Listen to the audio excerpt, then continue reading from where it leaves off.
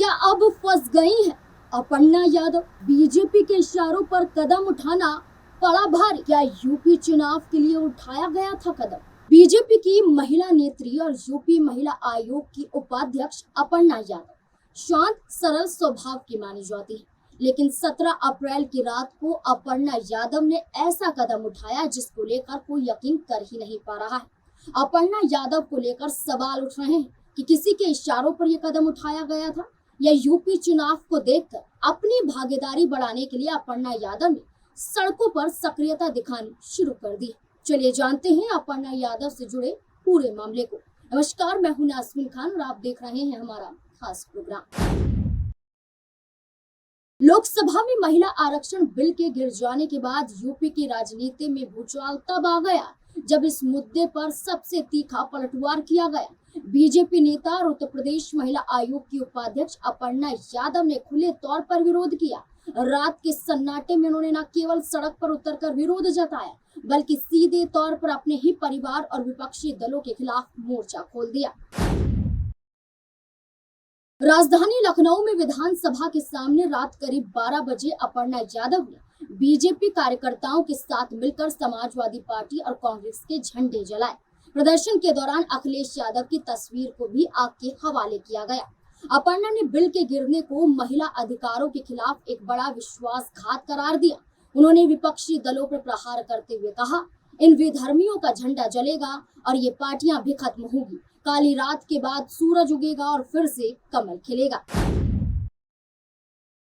मुलायम सिंह यादव की बहू और अखिलेश यादव की भाभी होने के नाते अपर्णा यादव का ये कदम सियासी गलियारों में काफी चर्चा बटोर रहा है, क्योंकि एक वक्त पर अपर्णा यादव ने खुद कहा था कि परिवार अलग है, राजनीति अलग है। वो परिवार की विचारधारा से खुद को अलग नहीं कर सकती हैं, लेकिन इस विरोध के बाद इसे एक राजनीतिक विरोध नहीं बल्कि यादव परिवार के भीतर चल रहे वैचारिक तनाव के रूप में भी देखा जा रहा है। आपको बता दें कि अपर्णा यादव ने इसको लेकर स्पष्ट किया है कि महिला सशक्तिकरण के मुद्दे पर वे किसी भी हद तक जाने को तैयार हैं। उन्होंने विपक्षी दलों, खासकर सपा और कांग्रेस को महिला विरोधी करार दिया है। लोकसभा में 131वां संविधान संशोधन बिल जरूरी आंकड़े से 54 वोट पीछे रह जाने के कारण गिर गया। बीजेपी अब इस मुद्दे को लेकर जनता के बीच आक्रामक रुख अपना रही है। अपर्णा यादव के इस प्रदर्शन ने ये संदेश देने की कोशिश की कि बीजेपी महिला के हक की लड़ाई में पीछे हटने वाली नहीं, जबकि विपक्ष ने इसमें अड़ंगा अड़ाया है। सपा पूर्व मंत्री अरविंद सिंह गोप ने मीडिया से मुखातिब होते हुए कहा कि सपा अध्यक्ष अखिलेश यादव हमेशा से महिलाओं को अधिकार देने के पक्ष में नजर आते हैं। उन्होंने भाजपा पर हमला बोलते हुए कहा कि सरकार को पहले से पता था कि उनके पास 2/3 बहुमत नहीं है, फिर भी उन्होंने दिखावे के लिए बिल पेश किया। जैसे ही बिल गिरा, भाजपा नेता तख्ती बैनर लेकर बाहर आ गए, जिससे साफ है कि ये सब पहले से तय था। गोप ने तंज कसते हुए कहा कि जनता जागरूक है और भाजपा का ये महिला विरोधी चेहरा उसे आने वाले समय में भारी पड़ेगा। इसके साथ ही अपर्णा यादव द्वारा सपा का झंडा और अखिलेश यादव की फोटो जलाने पर गोप ने कड़े लहजे में कहा कि विरोध करना सबका अधिकार है, लेकिन लाल झंडा गरीब, किसान और नौजवान के सम्मान का प्रतीक है। उन्होंने कहा कि जिस झंडे ने आपको पहचान दी, उसे जलाना आपके स्तर को दर्शाता है। ये झंडा यहाँ आपको बता दें कि दिवंगत मुलायम सिंह यादव और अखिलेश यादव की विरासत है। इसका अपमान कतई बर्दाश्त नहीं किया जाएगा। गोप ने मांग की है कि झंडा और नेता अखिलेश यादव की फोटो जलाई गई है, इसको लेकर अपर्णा यादव के खिलाफ और भाजपा के तमाम कार्यकर्ताओं के खिलाफ कड़ी कानूनी कार्यवाही होनी चाहिए। तस्वीर समझने की कोशिश की जाए तो विपक्ष के नजरिए से कहा जा रहा है कि एक तरफ तो 4 राज्यों और एक केंद्र शासित प्रदेश में चुनाव चल रहे हैं और महिलाओं को साधने के लिए भाजपा इस बिल को लाई है। सवाल उठाए जा रहे हैं कि जो नारी शक्ति वंदन अधिनियम 2023 में पास हो गया, इसके बाद भाजपा ने इसका काम शुरू क्यों नहीं किया? क्यों जनगणना परिसीमन का इंतजार किया गया? विपक्ष का कहना है कि यहाँ लोकसभा की सीटों पर जितनी नजर आती हैं, महिलाओं को आरक्षण देने की बात क्यों नहीं की गई? क्यों इसे अभी लटकाया जा रहा है?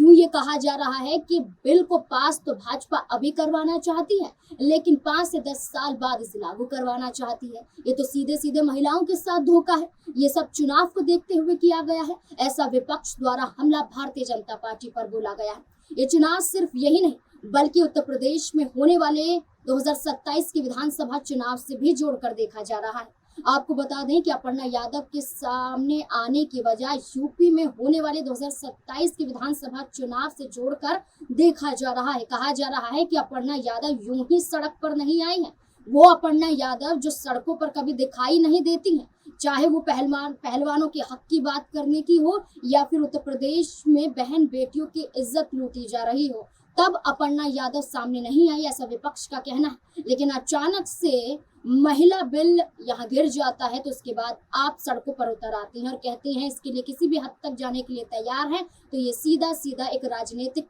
हथकंडा माना जा रहा है। यहाँ विपक्ष द्वारा ये आरोप लगाया गया।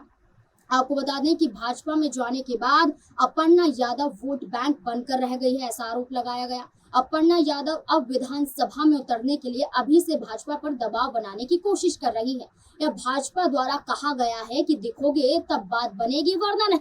आपको बता दें 2027 के चुनाव के लिए टिकट का इंतजार किया जा रहा है और अभी से सक्रियता बढ़ानी अपर्णा यादव ने शुरू कर दी है, ऐसा विपक्ष का कहना है। अगर उनके राजनीतिक सफर की बात करें तो वे मुलायम सिंह यादव के छोटे बेटे प्रतीक यादव की पत्नी है और इसी वजह से शुरुआत में उनका जुड़ाव सामाजिक तौर पर नजर आया। पार्टी से, समाजवादी पार्टी से जुड़ी रही, परिवार और राजनीतिक लिहाज से। अपर्णा यादव ने राजनीति में एंट्री समाजवादी पार्टी के जरिए ही ली। वे पार्टी के कार्यक्रम और सामाजिक अभियानों में सक्रिय रही। पारिवारिक पहचान के कारण उन्हें शुरुआती पहचान जल्दी मिल गई। 2017 में लखनऊ कैंट विधानसभा सीट से चुनाव में उतरी, समाजवादी पार्टी की उम्मीदवार बनी, लेकिन भारतीय जनता पार्टी की रीता बहुगुणा जोशी से उनका जो मुकाबला हुआ था, इस मुकाबले में वो हार जाती हैं। हार के बाद 2022 में अपर्णा यादव समाजवादी पार्टी का दामन छोड़ देती हैं, भारतीय जनता पार्टी में शामिल हो जाती हैं। ये फैसला राजनीतिक रूप से काफी चर्चाओं में रहा था। तब मुलायम सिंह यादव का आशीर्वाद अपर्णा यादव ने लिया था। उनका कहना था कि राजनीतिक लिहाज से अलग हो रही हैं, लेकिन परिवार से नहीं, उनकी विचारधारा से नहीं। उन्हें मुलायम सिंह यादव का आशीर्वाद प्राप्त है। बीजेपी में शामिल होने के बाद वे पार्टी कार्यक्रम में सक्रिय नजर आई, महिला और युवा मुद्दों पर मुखरता से बोलती हुई दिखाई दी। लेकिन भारतीय जनता पार्टी के लिहाज से विपक्ष द्वारा यह आरोप लगाया गया उन्हें सिर्फ यादव वोट बैंक, युवा वोट बैंक और महिला वोट बैंक से ही जोड़कर देखा गया, इसके अलावा कुछ नहीं। क्योंकि उत्तर प्रदेश में उपचुनाव भी हुए, राज्यसभा के चुनाव भी हुए, लोकसभा के चुनाव हुए, लेकिन अपर्णा यादव को कोई भी जिम्मेदारी नहीं दी गई, ना ही टिकट दिया गया। और यही कारण माना जा रहा है कि अब अपर्णा यादव को मजबूरन अपने परिवार के खिलाफ उतरना पड़ रहा है। अब देखना होगा कि इसके बाद अखिलेश यादव द्वारा या डिम्पल यादव द्वारा क्या कुछ कहा जाता है, क्योंकि इस पूरे मुद्दे को लेकर विपक्ष का ये कहना है कि भाजपा के इन लोगों पर कार्यवाही होनी चाहिए। इस पूरे मुद्दे को लेकर आप क्या सोचते हैं, अपनी राय कमेंट सेक्शन में जरूर दें।